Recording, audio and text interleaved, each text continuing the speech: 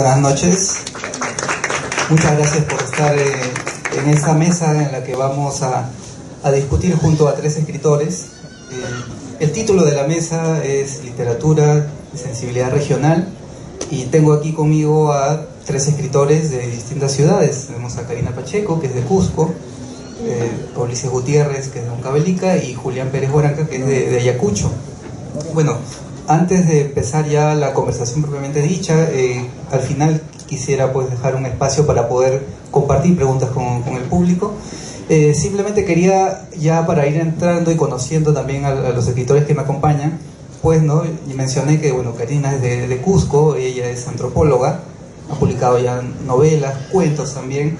Su última publicación, El bosque de tu nombre, de 2013, y este sábado 1 de agosto a las 4 presenta una antología de cuentos. Ulises Gutiérrez, él es ingeniero sanitario, ¿no? Entró en la literatura y ha publicado pues un libro de cuentos como Dakiura en Huancayo, 2008, Ojos de pez abisal, en 2011, considerada como la mejor novela de ese año, y Julián Pérez Huaranca, que es de Ayacucho. Él es doctor en literatura peruana y latinoamericana por la Universidad de San Marcos. Ha publicado también novelas. En 2013 su novela Criba ganó el premio Copé de Oro. Y bueno, quisiera primero, un gusto de compartir con ustedes esta mesa, agradeciendo al Dominical por esta oportunidad. Es que ya entrando un poco al tema pues de fondo, yo quisiera que desagreguemos o diseccionemos pues el título que nos han propuesto, ¿no? Literatura, ¿no? Sensibilidad y regiones. Es importante y una buena oportunidad pues conversar ahora sobre la literatura de otras ciudades del país. Yo le comentaba pues a Ulises Gutiérrez, hacía como una suerte de mea culpa antes de empezar, porque yo tengo una web literaria y no me he dado la oportunidad por tiempo y otros factores pues de conocer y acercarme a otras ciudades. Recordé también una frase que decía hace algún tiempo Osvaldo Reynoso, pues que la literatura activa del Perú, la nueva, la más interesante, se hace desde otras ciudades. La primera pregunta que quisiera que compartamos, si ustedes la comenten, es a propósito de este título de la mesa, es si al momento de narrar, de construir sus ficciones, sus novelas o cuentos, influye o no la realidad que ustedes tienen o de las ciudades a las que pertenecen, o acaso pues los temas de su interés o demonios personales, por llamarlo de alguna manera, hace pues que lo regional sea simplemente circunstancial. Quisiera que empezamos con Karina y luego... Muy buenas noches, gracias a todos los que están acá por acompañarnos, y felicito la iniciativa del Café Cultural para poder tocar diversas temáticas que tienen que ver con la literatura que se viene haciendo en nuestro país. Y esta es una oportunidad además para poder conversar con 2 autores que son admirables y que ojalá todos tengan la oportunidad de conocer, y que a veces por el hecho de que escribimos desde fuera de Lima, bueno, y en el caso de los que vivimos además fuera de Lima, como que tenemos menos oportunidad de hacer un diálogo con quienes están escribiendo o viviendo acá, ¿no? Entonces esta es una buena oportunidad. Yo quería decir que sin duda el lugar donde uno vive, donde uno procede, donde los lugares que nos marcan más en nuestras miradas, en las observaciones que hacemos, en nuestras maneras de hablar, de observar algún tipo de cosas, sin duda es un elemento fundamental que marca el tipo de historias y de temáticas que nos interesan. Pero en ese sentido, obviamente a mí me resulta más fácil ambientar historias en las ciudades y lugares donde he vivido que hacerlo, digamos, hacer una historia sobre Lima, porque me saldría probablemente mal, salvo que me venga a hacer un poco de trabajo de campo intensivo. Vengo con asiduidad a Lima, pero es diferente haber vivido. Solo una vez en mi cuarta novela irrumpí en el escenario limeño, pero me siento más cómodo hablando de lugares que puedo conocer más o con los que a veces me siento más identificada. He escrito una novela ambientada, mi última novela está ambientada en Guatemala, y muchos me dicen cómo es que he ambientado esta novela en Guatemala, y el tema es que probablemente hay elementos en la sociedad guatemalteca que son bastante más parecidos a la sociedad andina de donde yo vengo, y en ese sentido me puede resultar más familiar que escribir sobre Lima, que es el propio país, porque hay los elementos de territorios multiculturales que están confluyendo en el día a día se viven menos acá que a veces en Ciudad de Guatemala o Cusco, ¿no? O La Paz o Quito, por mencionar algunos lugares del continente. Y escribo también sobre aquello que sin duda ese es el motor mayor, creo, que a veces el mismo lugar geográfico del que uno procede, aquello que a uno más le conmueve y que le empuja a escribir, ¿no? Entonces, a mí, yo soy de formación antropóloga y por tanto escogí esa carrera porque los temas de la diversidad cultural, los temas del análisis de las sociedades, de la realidad social, son elementos que me interesan mucho, y esos elementos confluyen en muchos de mis cuentos y novelas. Si bien en las novelas he escrito más con un estilo realista, y en los cuentos, bueno, a veces he hecho algo de literatura fantástica, algunos que otros con elementos de lo onírico, y algunas son de temática enteramente urbana, pero es esa la principal, digamos, inspiración, la que a una le empuja a elegir temas sobre los cuales escribir. Gracias. Bueno, amigos, buenas noches. Agradecer la organización de esta mesa dominical. Bueno, en realidad el marco referencial de toda escritura para cualquier escritor es el lugar de nacimiento, los lugares en donde uno ha pasado, digamos, lo esencial, lo más, digamos, primero de la vida, ¿no? Creo que en cierta forma es el marco referencial. Está constituido por las vivencias que las pasamos en la niñez, y en ese sentido creo que cualquier lugar geográfico en el que uno nace constituye ese marco referencial. Creo que es Heidegger quien dice que la cultura está establecida por el lenguaje y por un marco geográfico determinado. En ese sentido, creo que como sujetos culturales, de todas maneras estamos enmarcados dentro de un contexto geográfico regional. En ese sentido, la región tiene ese rol, ese papel. Sin embargo, conforme uno va asumiendo una responsabilidad, la de escribir, bueno, muchas veces hay escritores que escriben por hobby, o otros por razones de otra naturaleza. En el caso mío, creo que la escritura más bien es una suerte de terapia, una suerte de cura, una suerte de expresar lo que de otra manera no podría expresar, lo que de otra manera, incluso con una escritura razonada, como podría ser una teorización de lo que de lo que he vivido, no podría dar cuenta.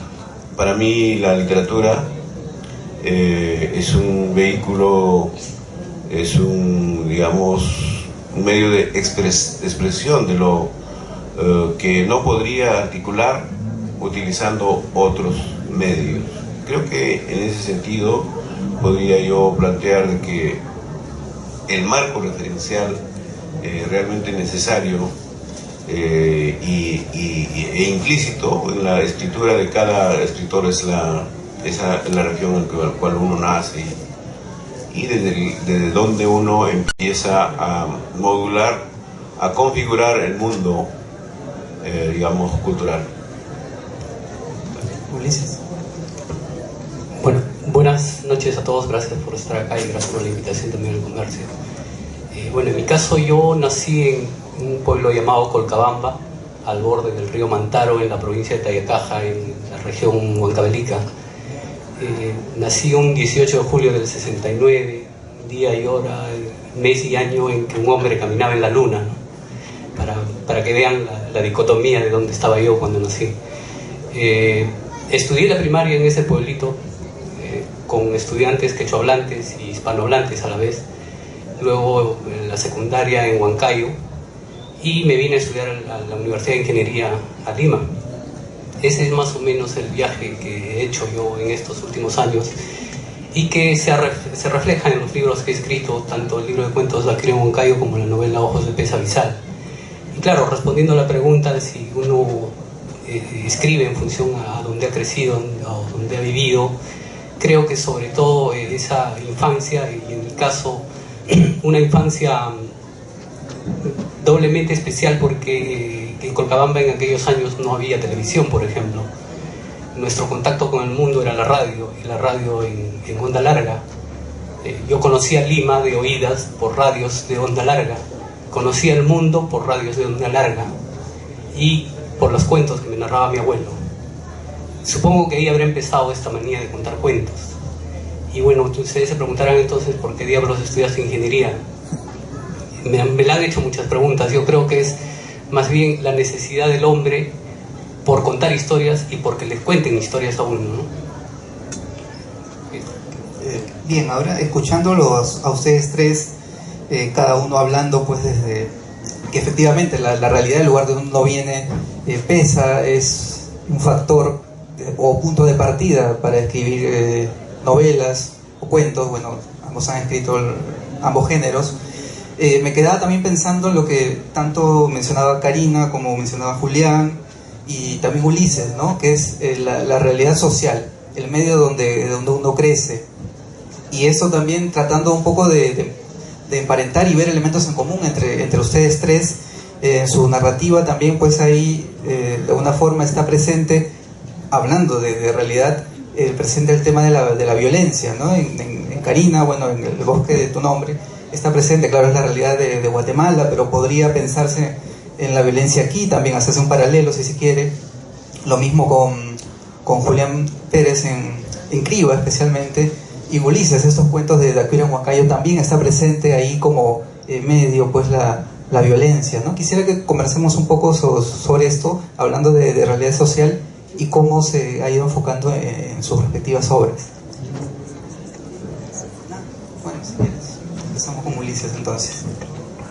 Bueno, la novela mía, Ojos de pez abisal, empieza en un pueblo inventado, Samaina, que no es otro que el Colcabamba. Para un colcabambino que lea seguramente me denunciará por derechos de autor.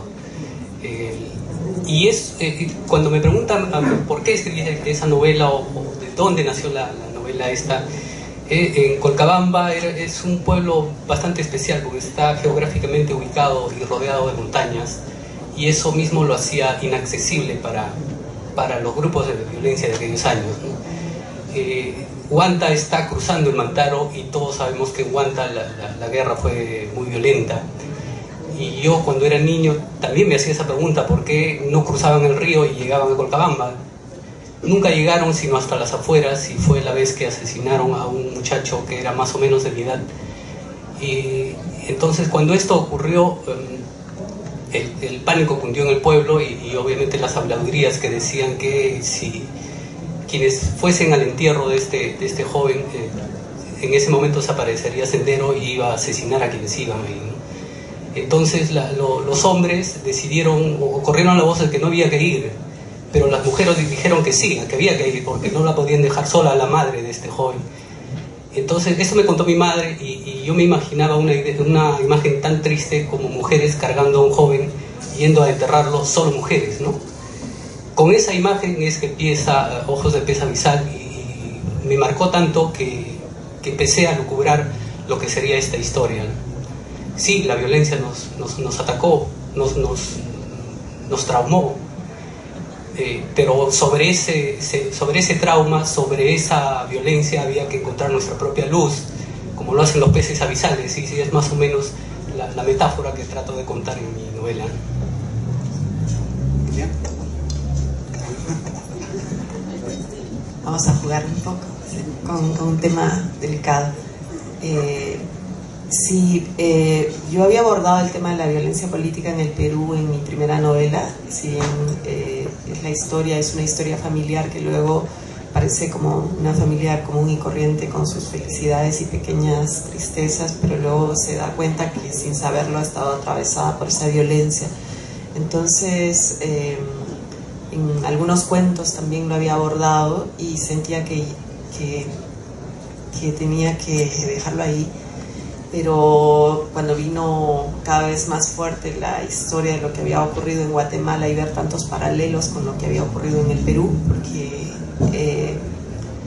la historia de Guatemala, en Guatemala el 83% de las víctimas fueron mayas, diferentes poblaciones mayas, y en el caso del Perú 75%. Eso dice mucho de esos paralelos donde países con enormes raíces históricas, culturales y cuyo mayor orgullo procede y digamos identificación a nivel mundial procede precisamente de esas culturas, paradójicamente son aquellos donde se estigmatiza, se excluye y se discrimina más, ¿no? Se viven ese tipo de paradojas. Entonces había esos elementos comunes, pero sobre todo, bueno, soy de una familia que tradicionalmente, sobre todo por el lado de mi papá, ha habido mucho activismo en temas de derechos humanos, y cuando llegaron cada vez más noticias atroces de lo que había ocurrido en Guatemala, yo me decía, ¿cómo es posible que ni yo, que pertenezco y me muevo en un sector muy sensible a estos temas, haya conocido las atrocidades que se han cometido acá y hasta hace tan poco tiempo?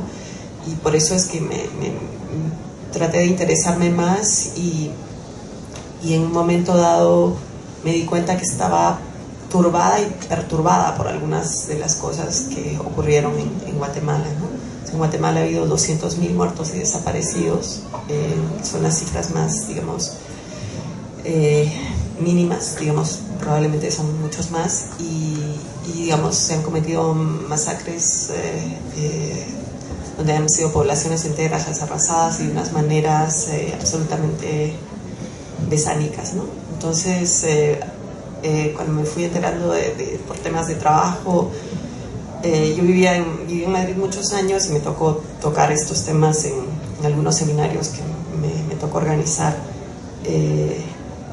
Y bueno, ya había vuelto al Perú y empecé a tener sueños perturbadores con imágenes de lo que había escuchado, y en un momento dado, tal como dice Julián, a veces la literatura nos sirve como catarsis. Dije, bueno, yo no puedo hacer lamentablemente nada frente a esto, pero hay que tener la memoria y poder, a través de lo que cada uno conoce, expresar lo que es la memoria, expresar lo que son nuestras preguntas respecto ya no a un caso en concreto, sino a las posibilidades del ser humano para ejercer el mal.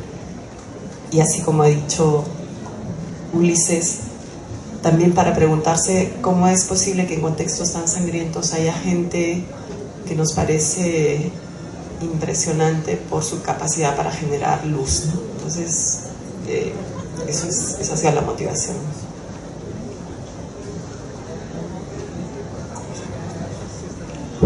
Bueno, bueno, es un poco difícil para mí hablar de mi propia obra. Desde luego, nadie tiene la culpa de nacer en un contexto determinado, ¿no? Pero hay gente, dicho sea entre paréntesis, que incluso es capaz de culpar porque has nacido en ese contexto, ¿no? Y cuando se habla del tema de la violencia, parece ser un tema muy fácil de hablar, pero en el fondo es un tema muy complicado y muy complejo. He tratado de entender este tema, no solamente porque realmente me ha tocado en la existencia, en la existencia misma, sino porque he tratado de modular, no expresar algunas ideas sobre este tema, y no he podido realmente ser capaz de establecer algunas, digamos, verdades, certezas, o por lo menos no creo haber alcanzado esa dimensión en todo lo que trato de expresar. Pero sí, a través de la escritura yo he tratado de responder a mi contexto y a todos los problemas que he vivido, y sobre todo en los problemas de la violencia. Ahora, tratar de explicar con someras visiones o con, digamos, un razonamiento tan sencillo y tan superficial como hacen el 90% de quienes tratan de explicar el tema de la violencia. Para mí es un tema muy complejo, y mis obras en cierta forma tocan ese tema, y ese tema no me deja de repente articular libremente otros temas como pueden hacerlo otros escritores. La verdad es que muchas veces yo particularmente pienso de que ¿por qué no me deshago de ese tema, ¿no? A pesar de los esfuerzos que hago, siempre me inunda, y cada vez entiendo, tratando de racionalizar, que hablar del tema de la violencia necesita de una preparación y de una fundamentación muy profunda. Bien, quisiera también conversar ya a partir de sus respectivas biografías, indagando un poco. Bueno, Karina es de formación antropóloga, no es que haya estudiado literatura o que haya llevado talleres literarios. Ulises es ingeniero sanitario, ¿no? Leí una columna de Sandro Bocio cuando contaba que un alumno le dio unos manuscritos de tus cuentos que después eran de escribir en Huancayo. Julián, que contaba, bueno, que su madre en las noches a él y a sus hermanos les contaba cuentos o relatos o mitos de la región, y creo que decías también, Julián, que en Retablo estaba la voz de tu mamá ahí presente, ¿no? Quería que nos cuenten, bueno, partiendo de esto que he denominado como condición de escritor, ¿no?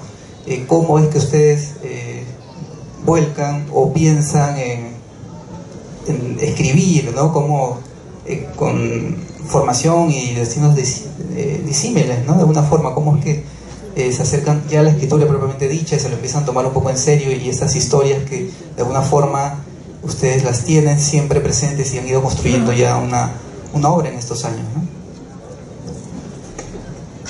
Bueno, ¿cuáles son las razones o cómo he empezado o cómo empecé a relacionarme con los textos literarios? Creo que sí, pues desde muy joven estuve muy al lado de la expresión oral a través de las versiones de diversos cuentos populares que nos recreaban nuestros padres. En realidad, quisiera decir una idea entre paréntesis. A veces a mí me molesta un poco esto. Bueno, soy docente y realmente me molesta esto que estén entrando, saliendo, y lo peor que me molesta más es que entran por un café y luego se van. Es terrible, ¿no? Molesta, ¿no? No sé qué estaba diciendo. Yo soy docente y trato de establecer un ambiente adecuado entre los alumnos, porque se puede debatir, intercambiar ideas, porque si el ambiente está en este plan, uno pierde la hilación y uno pierde lo mejor de lo que podría decir. Bueno, es curioso, ¿no? Mirar a personas que entran y reciben su taza de café y se van. Mejor, no, bueno, me parece curioso y me parece recible. Bueno, estábamos hablando entonces de qué cosas motivan y cómo he empezado yo a relacionarme con la literatura. Decía que mis padres, bueno, yo soy de Ayacucho, voy a tocar un poco de autobiografía, no me interesa mucho eso, pero bueno, nací en Ayacucho casi de casualidad, digamos, o en la segunda parte de la vida de mis padres, porque la primera parte la vivieron en un pueblito lejano de Víctor Fajardo, en una provincia de Ayacucho, y como podemos imaginar de que en esos pueblos lejanos, y sobre todo en el tiempo que yo fui infante, no había otra cosa que el cuento oral para divertir a los niños. No había televisión, no había radio. Ahora la modernidad ha llegado al campo pues de una manera atroz. Ahora ven en los pueblos alejados esto es guerra y todo lo demás, ¿no? En esa época no teníamos la oportunidad de observar esas cosas, y bueno, nuestros padres nos trataban de divertir de alguna manera porque no nos dormíamos de inmediato, así que nos divertían con los cuentos orales. Curioso, ¿no? Dicho sea entre paréntesis, por ejemplo, el famoso cuento anónimo que se llama Tutupaca Yasta o el mancebo que venció al diablo. No sé si conocen alguno de ustedes. Es un cuento recreado a partir de otro cuento occidental, español. El cuento español también se llama Blancaflor y la hija del diablo. Y en el caso del cuento del Alto Urubamba, o recogido por el padre Lira y luego recreado por Arguedas, es Tutupaca o el mancebo que venció al diablo.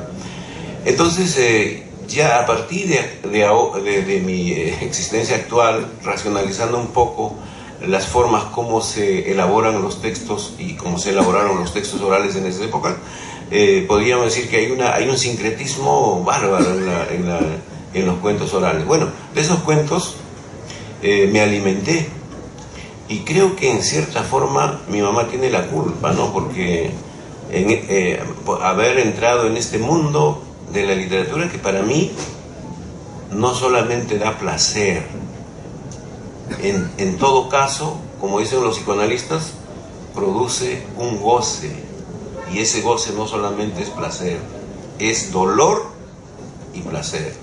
No sé si alguien que ha leído la Ilíada puede sentir placer. Mario Vargas Llosa dice, él lee por placer, escribe por placer. Probablemente sea cierto, ¿no? Y debe ser cierto para cierto tipo de escritores. Pero otro tipo de escritores, escribir es un goce que produce dolor y placer. Por eso es que digo con cierta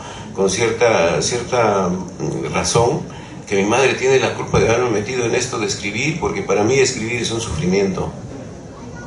Y hacer la literatura que yo hago es doblemente sufrimiento. Entonces yo digo, muchas veces, como dicen mis personajes, ¿por qué mi padre no se fue a jugar sus gustos y sus regustos por otro lado y no en la cama de mi madre, justamente ese día desde el cual empecé la vida? No, realmente para mí escribir es un tema un poco difícil, no es fácil, es un goce. Para otro dice que es placer. Incluso para mí la lectura de literatura no es placer, es un goce que proporciona dolor y placer.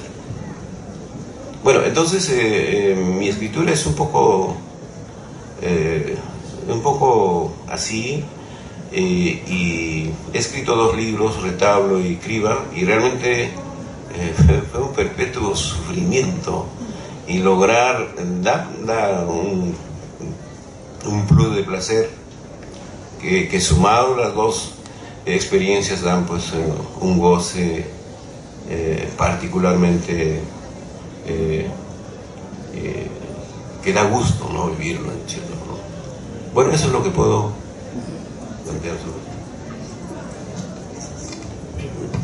Bueno, el primer cuento que yo recuerdo me lo contó mi abuelo. En aquel cuento, él narraba que mi abuelo joven, a principios del siglo XX, o sea, estamos hablando de 1920, por ahí, él comerciaba sal con los pueblos de Huanta, y iba con su gente con la carga de mulas y gente que lo acompañaba. La noche lo cogió en las alturas de las punas de Huando. Esa noche mi abuelo soñó que alguien lo pateaba. Al día siguiente, cuando despertó, le comentó este sueño a sus acompañantes, y resulta que todos habían soñado lo mismo. Todos soñaban que los pateaban y le decían, vete de acá. Entonces, cuando levantaron las tiendas para seguir el viaje, descubrieron que habían dormido sobre un cementerio. Ese cuento me marcó. Mi abuelo probablemente no sabía de técnicas narrativas, pero en ese sencillo cuento estaba el inicio, nudo, desenlace, ¿no? Eso lo entendí cuando me puse a estudiar escritura creativa, y recordaba perfectamente esa manera de narrar de mi abuelo. Mi abuelo llegaba a Colcabamba a eso de las 9 de la noche, después de unas 8 horas.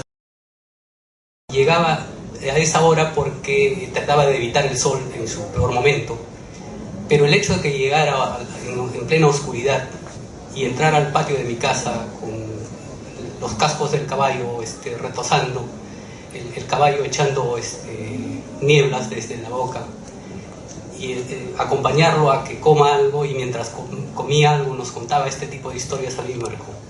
Supongo que ahí ha empezado, en mi caso, esta manía de contar cuentos y de escribir también. Se lo debo a mi abuelo, definitivamente. Bueno, los tres procedemos de ciudades, de pueblos andinos, y creo que no, en el Perú en general el tema de la narración oral sigue siendo una necesidad y sigue siendo algo muy extendido. Quizás cada vez más nos vamos hacia el libro porque también quizás cada vez más vivimos aislados. Y si bien la lectura de un libro de manera aislada en la soledad es un enorme placer, es también un privilegio tener el tiempo para poder hacerlo, creo que no debemos perder la vista de la maravilla que hay detrás de esa narración oral que a tantos niños y niñas que no tienen acceso al libro les permite eso, o que teniendo acceso al libro les permite gozar, ¿no?, de todo eso. Y bien, en ese sentido tomo la palabra gozo, porque cuando uno es niño y le cuentan historias tremendas donde hay condenados y almas en pena pidiendo perdón, vagando por los cerros, que uno está temblando pero al mismo tiempo queriendo seguir, y cuando te dejan, no sé, cuando tu abuelita, tu mamá te dice, bueno, mañana sigue la historia, hay esa dosis de decir no, que no termine, pero al mismo tiempo de aguardar, y eso es importantísimo en los libros, que se transmita esa cosa de quiero saber más, ese impulso, esa pregunta, ¿no? En fin, en mi caso están los relatos orales, están las lecturas de cuentos de niños de literatura universal. Por cierto, hay una colección que salió en Argentina en los años 60 que se llama Fabulandia, donde hay cuentos y leyendas de todo el mundo.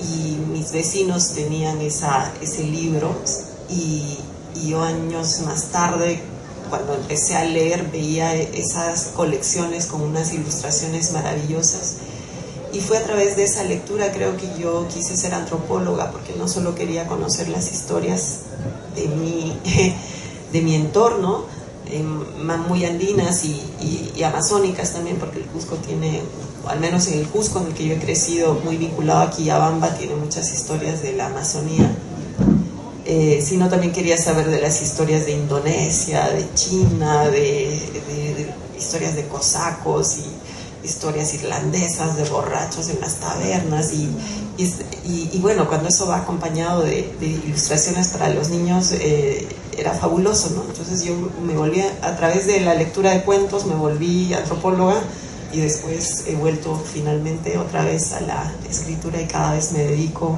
más a ello, y hallo en la escritura, amo la antropología, sigo fascinada por las ciencias sociales en general, pero amo en la escritura la capacidad que nos permite, por ejemplo, para estar hoy día compartiendo todo esto con ustedes.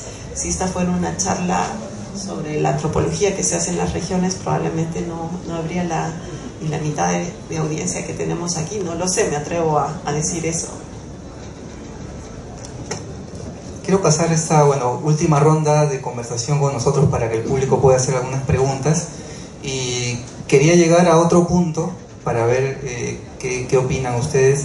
Si han tenido la oportunidad pues de esta a veces suerte de retroalimentación que hay con los lectores, y quería referirme particularmente a los lectores pues de sus respectivas regiones, sus respectivas ciudades. Creo que Karina comentaba hace poco que tuvo un encuentro en Cusco con lectores jóvenes. Igual en Huancayo también se comentan mucho tus textos, Ulises. Bueno, ustedes dos viven en Lima, Karina está en Cusco y Lima, pero quería saber esa percepción, si han podido recibir estos comentarios de lectores, y también por otro lado, y también en la misma línea, pues esta visión que hay desde Lima, acaso o no centralista, pues de la literatura, ¿no? Un poco, quizás, ¿no? Si vemos desde la difusión misma de las obras, los comentarios que se hacen, ¿no? Que no se abarca o no se conoce todavía otras literaturas.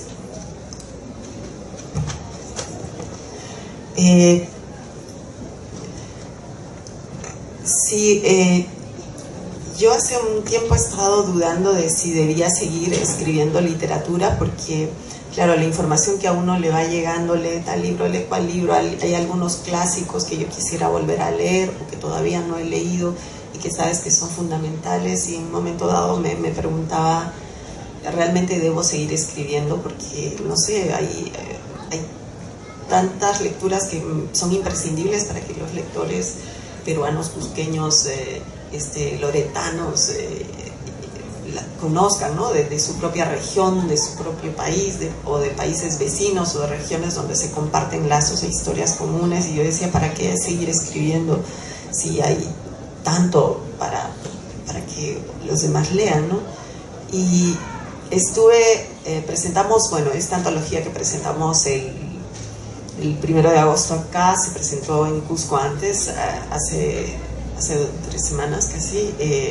Es una antología, es una colección que está lanzando el gobierno regional para promover la lectura entre jóvenes y adultos. Entonces yo había escogido cuentos que, aunque todos son para adultos, donde los personajes son niños, jóvenes, o un hombre oso que está tratando de descubrir quién es, que es un cuento que le da una vuelta de tuerca al mito de Juan el Oso, que tiene algo que ver con el joven que venció al demonio, pero que esta es una recreación y es una vuelta de tuerca, y el hombre oso cuenta otra historia que tiene que ver mucho con el preguntarse quién soy yo, a dónde voy. Es el peso de la identidad que me dicen y que cargo sobre mí, lo que yo soy en verdad, o quién soy yo, pero en medio de un cuento que el hombre oso sube a la montaña, ¿no? Y cuando terminó el evento, una de las presentadoras es una amiga mía que es una directora de teatro cusqueña y es una gran contacuentos, Tania Castro, y ella dijo, yo quiero leer un cuento para cerrar, y agarró y tomó Piel de Oso y lo leyó, y ahí me di cuenta y recordé la magia que tiene eso de escuchar el cuento. Sobre todo con el cuento ocurre eso, ¿no? Y encima, si tienes el lujo de tener una amiga como ella que cuenta los cuentos con toda esa fuerza, que recuerda la palabra oral contada a un auditorio, y fueron 10 minutos de magia en los que ella narraba y decía, extenuado me siento, y todo el mundo podía sentir eso. Yo misma me conmoví al escuchar el cuento narrado así por primera vez. Y bueno, el evento terminó y se me acercaron un grupo grande de chicos de Beca 18, que es este programa por el cual estudiantes de pueblos rurales van a estudiar a muchas ciudades, y se me acercaron, y uno de ellos, así muy tímidamente, me dijo, yo he sentido que yo era Juan el Oso, y todos empezaron a decir que yo tenía esa piel de oso, y varios me empezaron a decir eso con un gran sentimiento, y yo sentí así casi me pongo a llorar. Dije, bueno, vale la pena, hay que seguir.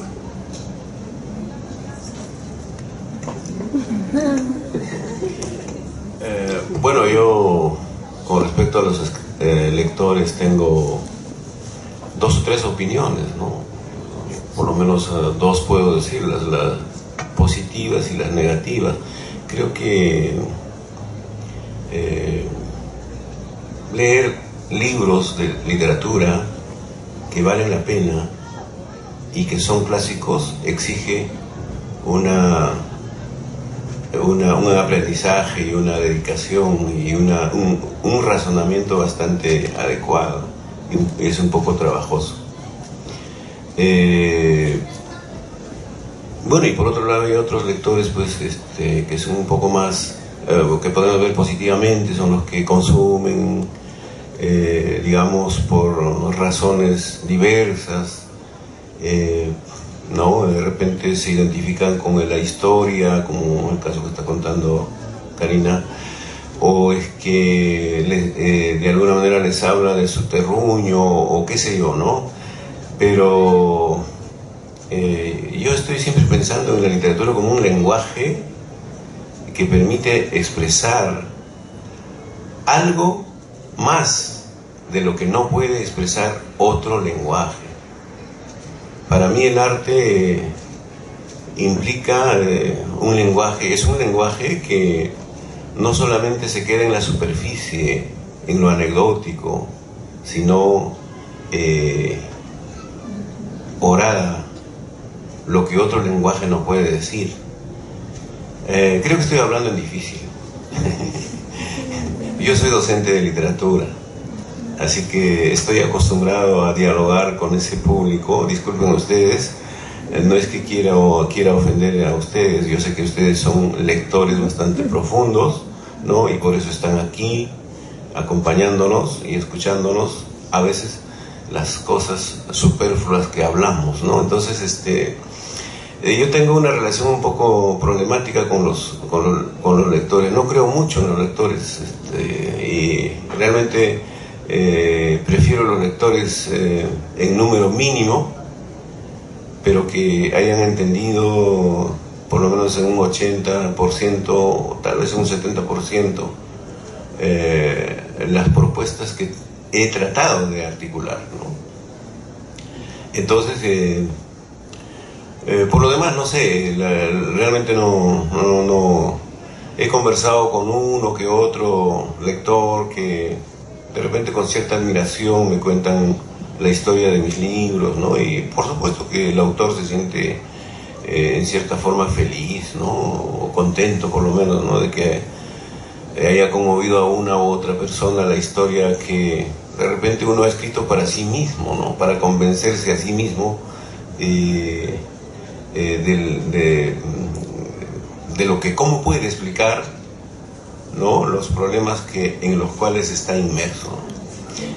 Para mí creo, la vida es un poco difícil, ¿no? Nadie que está aquí puede decir, no, yo soy feliz. La felicidad es algo que uno creo yo, consigue a cada nada, ¿no? Pero es difícil, pues, ¿no? La existencia misma es difícil. Por eso un clásico de la literatura como Franz Kafka decía, ¿no? Que el ser humano es una sabandija atormentada, ¿no? Y esa frase para mí entraña una profundidad terrible en lo que es la existencia misma. Bueno, tomando la palabra de Julián, que decía la literatura probablemente sea de las artes que mejor nos hacen cómplices, ¿no? Tanto el escritor como el lector. Me ha sucedido que los lectores de los libros míos conversamos acerca del libro, de una historia que sabemos muy bien que es ficción, que es mentira. Sin embargo, hablamos de ella como si efectivamente hubiera sucedido, ¿no? Como si efectivamente hubiésemos conocido a los personajes, hubiésemos sido testigos de sus penas y sus glorias, ¿no?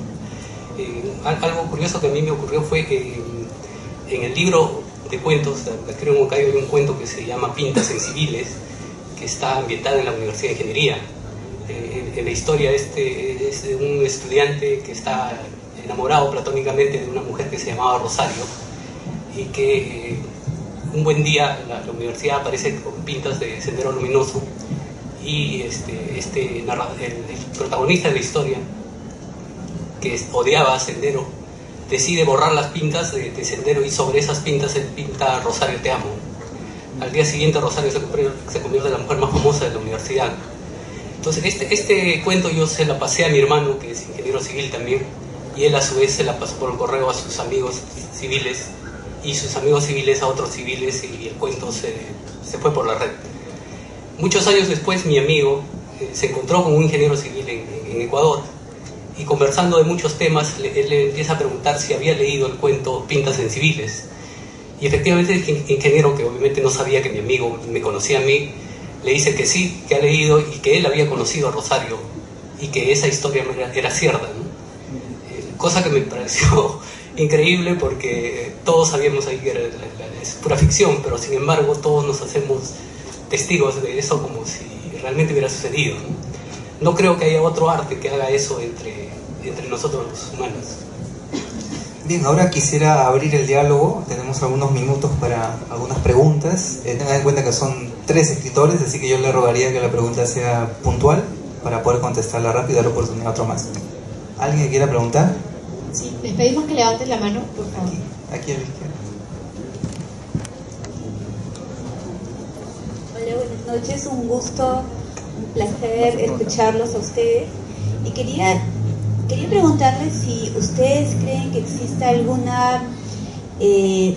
rasgo característico que distinga a la literatura escrita por autores que han nacido fuera de Lima frente a la escrita por limeños.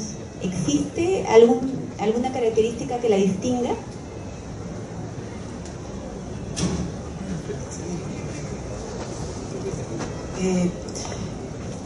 Bueno, probablemente es la ambientación, porque, o sea, por razones prácticamente de nacimiento, si se quiere, cada uno escribe sobre aquello que más conoce. Entonces, de manera general, es más probable que el tipo de ambiente, de lenguaje, los diálogos que uno aplique si escribe en Lima o si escribe en la selva, va a ser bien diferente, ¿no? O sea, incluso, o sea, las regiones también tienen enormes diferencias de un lugar a otro, enormísimas. Nuestro país es mega diverso y mega cultural. Entonces, por el lado del escenario, pero ha habido gente como César Calvo, nacido en Iquitos, que ha podido hacer una poesía que trasciende fronteras territoriales, culturales y entonces ese es el gran arte, por ejemplo, de César Calvo, ¿no? O tienes personas como Gamaliel Churata o César Vallejo,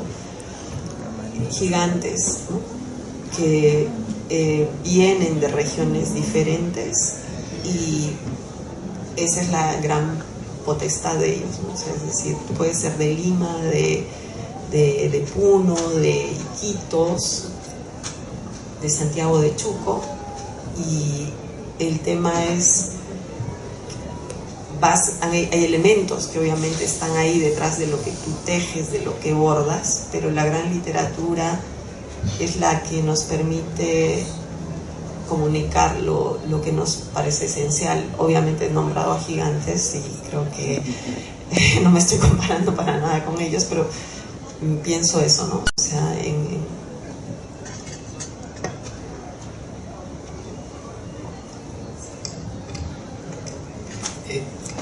creo que con tanta globalización ya esa diferencia se está diluyendo, ¿no? Pero de hecho quedan todavía muchas marcadas diferencias. Este cuento que les cuento, que me contó mi abuelo, por ejemplo, no creo que podría ser contado en una ciudad. O sea, nadie podría hacer un cuento en ese contexto, ¿no? Creo que por ese sentido todavía las provincias o los pueblos del interior siguen guardando esa magia para contar el cuento, sobre todo de manera oral.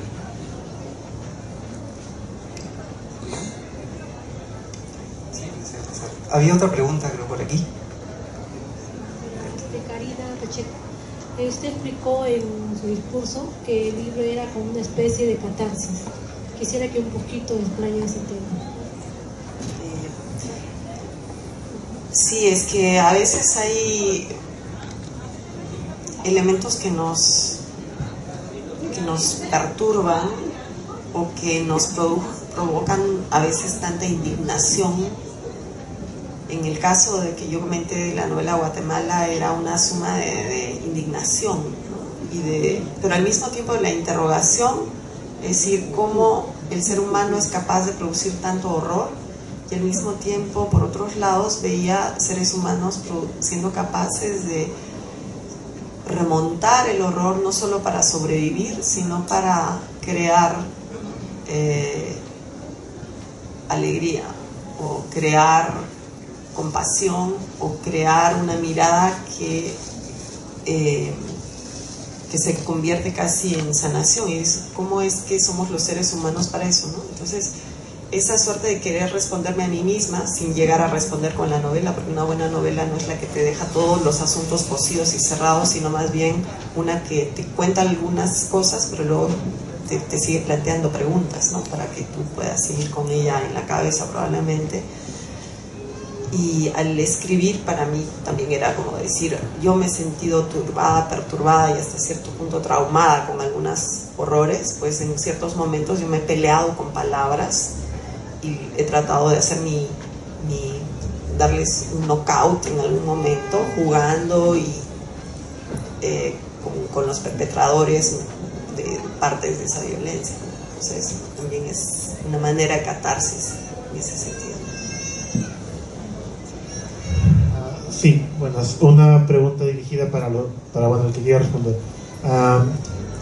Siendo los tres autores que no solo ven el tema regional, sino básicamente el tema de la violencia política, me preguntaba cuál era la opinión de ustedes respecto a, bueno, por decirlo de algún modo, del problema que tal vez afectó a José María Arguedas. La literatura tiene que ser comprometida, aunque sacrifique tal vez la forma o el objetivo artístico, o tiene que primar siempre la forma o el objetivo artístico para darle, digamos, una mayor profundidad a lo que se quiere decir.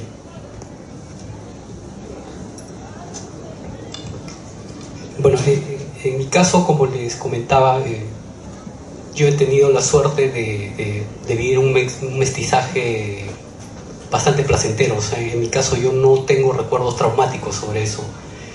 La literatura de Arguedas sí está llena de eso, porque ese era el Perú de los 50, 60, ¿no? Era un choque cultural violento, además. En mi caso no, y probablemente eso se refleja en mis historias, pero no porque sea una obligación hacerlo de esa manera. O sea, no es mi idea contar la verdad o mi verdad dentro de las historias que cuento, ¿no?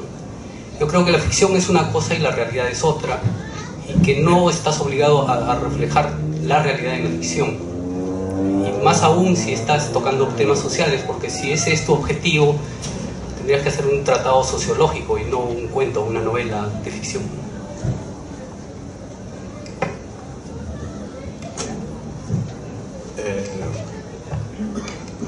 Creo que de lo que se trata es escribir bien, ¿no? Estar comprometido con la literatura, tratar de, en mi caso por lo menos pienso eso, tratar de aprender permanentemente de los grandes clásicos. Creo que los grandes clásicos no tienen patria, no tienen compromisos políticos, ¿no? Los grandes clásicos están comprometidos con cómo expreso de la mejor manera, o por lo menos cómo juego con el lenguaje. Un poco a mí me produce escozores comparar, por ejemplo, a un poeta callejero con César Vallejo, ¿no? César Vallejo es otra cosa, ¿no? César Vallejo es otra cosa, es un poeta universal, ¿no? Es un clásico. Creo que es uno de los únicos clásicos que tiene el Perú. Bueno, entonces por lo menos a mí se me ocurre siempre aprender de ellos y tratar de expresar de la mejor manera lo que quiero expresar. Ese querer expresar viene también del contexto, ¿no? Y el contexto está lleno de problemas. Y uno no puede decir, pues no, ¿sabe qué? Yo soy escritor y no quiero meterme. El problema es que el hombre es un sujeto político, pues, es un sujeto cultural, y si es un sujeto cultural está inmerso en relaciones de poder, ¿no? Y por tanto la escritura también va a expresar todas esas cosas. No es que nosotros como escritores, por lo menos en mi caso, quiero decir esta situación sobre este tema, no me interesa expresar de esa manera sobre alguna idea sobre un tema. Que el lenguaje que yo elaboro de por sí va a decir algo sobre ese tema. Ese es mi problema. Creo que hay espacio para una pregunta más, ¿verdad? Sí. Para Ulises, leyendo el libro Huancayo, he visto que hace un recorrido muy largo desde Lima, Huancayo, Vilcabamba, Japón. Todo los viajes y la vida real que han tenido, cuánto han influenciado la obra y todo lo que está escribiendo. Creo que han enriquecido toda la cultura que podía tener. Sí, efectivamente los dos libros que tengo escritos han hecho más o menos ese recorrido, ¿no? El recorrido que he hecho yo, como les decía, estudié la primaria en Colcabamba, la secundaria en Huancayo, la universidad acá en Lima, y luego un estudio superior en la Universidad de Kochi en Japón. ¿Y por qué hago eso? Porque siempre en los viajes es irremediable cuando uno viaja ponerse a comparar el lugar que está conociendo con lo que es tu hogar, ¿no? Y mucho de ese contraste, no solo tecnológico, pero puede haber contraste como debe haber coincidencias, porque finalmente los seres humanos somos seres humanos en todo el mundo. Y yo quise jugar con esas emociones en el hecho de comparar un pueblo del Japón con mis recuerdos en Colcabamba, por ejemplo. Me ayudó a escribir tanto Daquero en Huancayo como José Pez Abisal, porque encontré muchas similitudes en eso, ¿no? En el cuento de Daquero en Huancayo, por ejemplo, hay un cuento que se llama Buscando una Mendori. Mendori quiere decir gallina en japonés, y es la historia de dos peruanos que se encuentran en un pueblo de Japón en plenas fiestas patrias y no saben cómo celebrar. Entonces los dos son serranos y dicen: ¿qué tal si hacemos un caldo de gallina? Y se ponen a buscar y se encuentran que la gallina no es comercial. Entonces encuentran finalmente una gallina, pero resulta que era una de estas gallinas finas del plumaje imposible de comprar, ¿no? Finalmente terminan haciendo un caldo de pollo, pero celebran las fiestas patrias en ese contexto, y es gracioso como para nosotros una gallina puede ser tan común, y sin embargo en Japón la gallina suele ser un artículo de lujo, ¿no? Un animal de lujo. Bien, muchas gracias, agradecemos su presencia, agradezco a Karina, Julián, Ulises, un gusto haber conversado con ustedes, y bueno, hasta la siguiente mesa dominical mañana a las 8. Muchas gracias.